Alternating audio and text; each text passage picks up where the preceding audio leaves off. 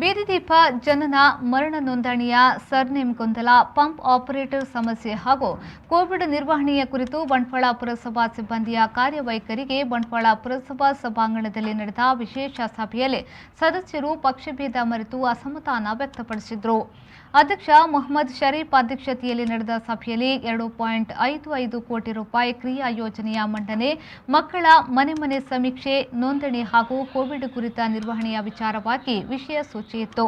2021-22ನೇ ಸಾಲಿನ 15ನೇ ಹಣಕಾಸು ಯೋಜನೆ ಅನುದಾನ 2.55 ಕೋಟಿ ರೂಪಾಯಿನಲ್ಲಿ 1.02 ಕೋಟಿ ರೂಪಾಯಿಗೆ ಕ್ರಿಯಾ ಯೋಜನೆ ಮೀಸಲಿಡಬೇಕು ಎಂದು ಅಧ್ಯಕ್ಷರು ಕೋರಿ, ಉಳಿದ ಮೊತ್ತವನ್ನು ಘನತ್ಯಾಜ್ಯ ಮತ್ತು ಕುಡಿಯುವ ನೀರಿಗೆ ಮೀಸಲಿಡುವ ಕುರಿತು ನಿರ್ಣಯ ಮಂಡಿಸಲಾಯಿತು. ಈ ಸಂದರ್ಭ ಜನನ ಮರಣ ನೋಂದಣಿ ವಿಚಾರವಾಗಿ ಪ್ರಸ್ತಾಪಿಸಿದ ಸದಸ್ಯ ಗಂಗಾಧರ್ ಪೂಜಾರಿಯವರು, ಕಾನೂನಿನ ತೊಡಕನ್ನ ಆರೋಗ್ಯ ನಿರೀಕ್ಷಕರು ಹೇಳುತ್ತಿದ್ದು, ಇದರಿಂದ ಸಮಸ್ಯೆ ಉಂಟಾಗ್ತಿದೆ ಎಂದು ಹೇಳಿದರು. ಸದಸ್ಯ ಗೋವಿಂದ ಪ್ರಭು ಇದಕ್ಕೆ ಧ್ವನಿಗೂಡಿಸಿದ್ರು.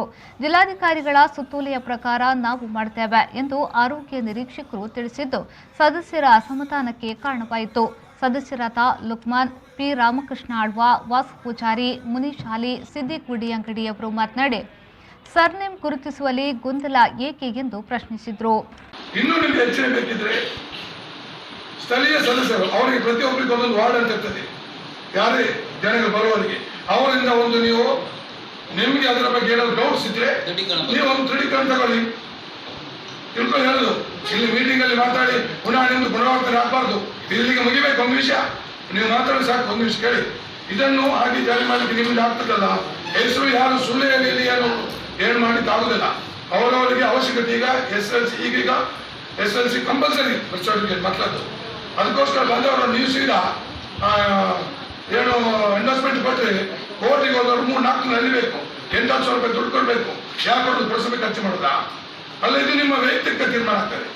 ಅದಕ್ಕೋಸ್ಕರ ನಿಮಗೆ ಈ ಮೂಲಕ ಹೇಳ್ತಾ ಇದ್ದೀನಿ, ಮೀಟಿಂಗ್ ಮಾಡಿ ಬೇಕಾದ್ರೆ ನಮ್ಗೆ ಗೊತ್ತುಂಟು, ನಾನು ತಿಳ್ಕೊಳ್ಳಿ, ನೀವು ಮಾತಾಡುವ ಒಂದು ನಿಮಿಷ ಅವಕಾಶ ಇರುವುದನ್ನು ಮಾಡಿಕೊಡೋದು ಅದ್ರಲ್ಲಿ ನೀವು ತಂದೆ ತಕ್ಕಂತೆ ನೀವು ಮಾಡಬಾರ್ದು ಅಂತ, ಅದ್ರಲ್ಲಿ ಏನು ನೀವು ಎರಡನೇ ಮಾತಾಡಬಾರ್ದು. ನಿಮ್ಮ ಹೆಸರು ಉದ್ದ ಉಂಟು, ಅದು ಬೀಡ್ ಮಾಡ್ಲಿಕ್ಕೆ ಆಗೋದಿಲ್ಲ, ಬೀಡ್ ಕೊಡಿ ಆನ್ಲೈನ್ಗೆ, ಅದು ಬರೋದಿಲ್ಲ ಅಂದ್ರೆ ಆಮೇಲೆ ಪಾರ್ಟಿಗೆ ಅಲ್ವಾ. ಸದಸ್ಯರನ್ನ ವಿಶ್ವಾಸಕ್ಕೆ ತೆಗೆದುಕೊಂಡು ಕೆಲಸ ಮಾಡಬೇಕು ಎಂದು ಅಧ್ಯಕ್ಷ ಮೊಹಮ್ಮದ್ ಶರೀಫ್ ಈ ಸಂದರ್ಭ ಸಲಹೆಯನ್ನ ನೀಡಿದರು. ಇದೇ ಸಂದರ್ಭದಲ್ಲಿ ತ್ಯಾಜ್ಯ ವಿಲೇವಾರಿಯಾಗದೇ ಇರುವುದು, ಪಂಪ್ ಆಪರೇಟರ್, ಬೀದಿದೀಪದ ವ್ಯವಸ್ಥೆ, ಗ್ಯಾಸ್ ಪೈಪ್ಲೈನ್ ಕುರಿತು ಸರ್ವೆ ಕುರಿತ ಚರ್ಚೆ ನಡೆಯಿತು. Street light operators, pump operators, valve operators ಕೆಲಸ ಸಮರ್ಪಕ ನಿರ್ವಹಣೆಯ ಕುರಿತು ಅಧಿಕಾರಿಗಳು ನಿಗಾ ವಹಿಸಬೇಕೆಂದು ಸದಸ್ಯ ಹರಿಪ್ರಸಾದ್ ಸೂಚಿಸಿದರು. ಸದಸ್ಯರಾದ ಮೊಹಮ್ಮದ್ ನಂದರಬೆಟ್ಟು, ದೇವಕಿ, ಜೀನತ್ ಫಿರೋಜ್ ವಿವಿಧ ವಿಷಯಗಳ ಕುರಿತು ಮಾತನಾಡಿದರು.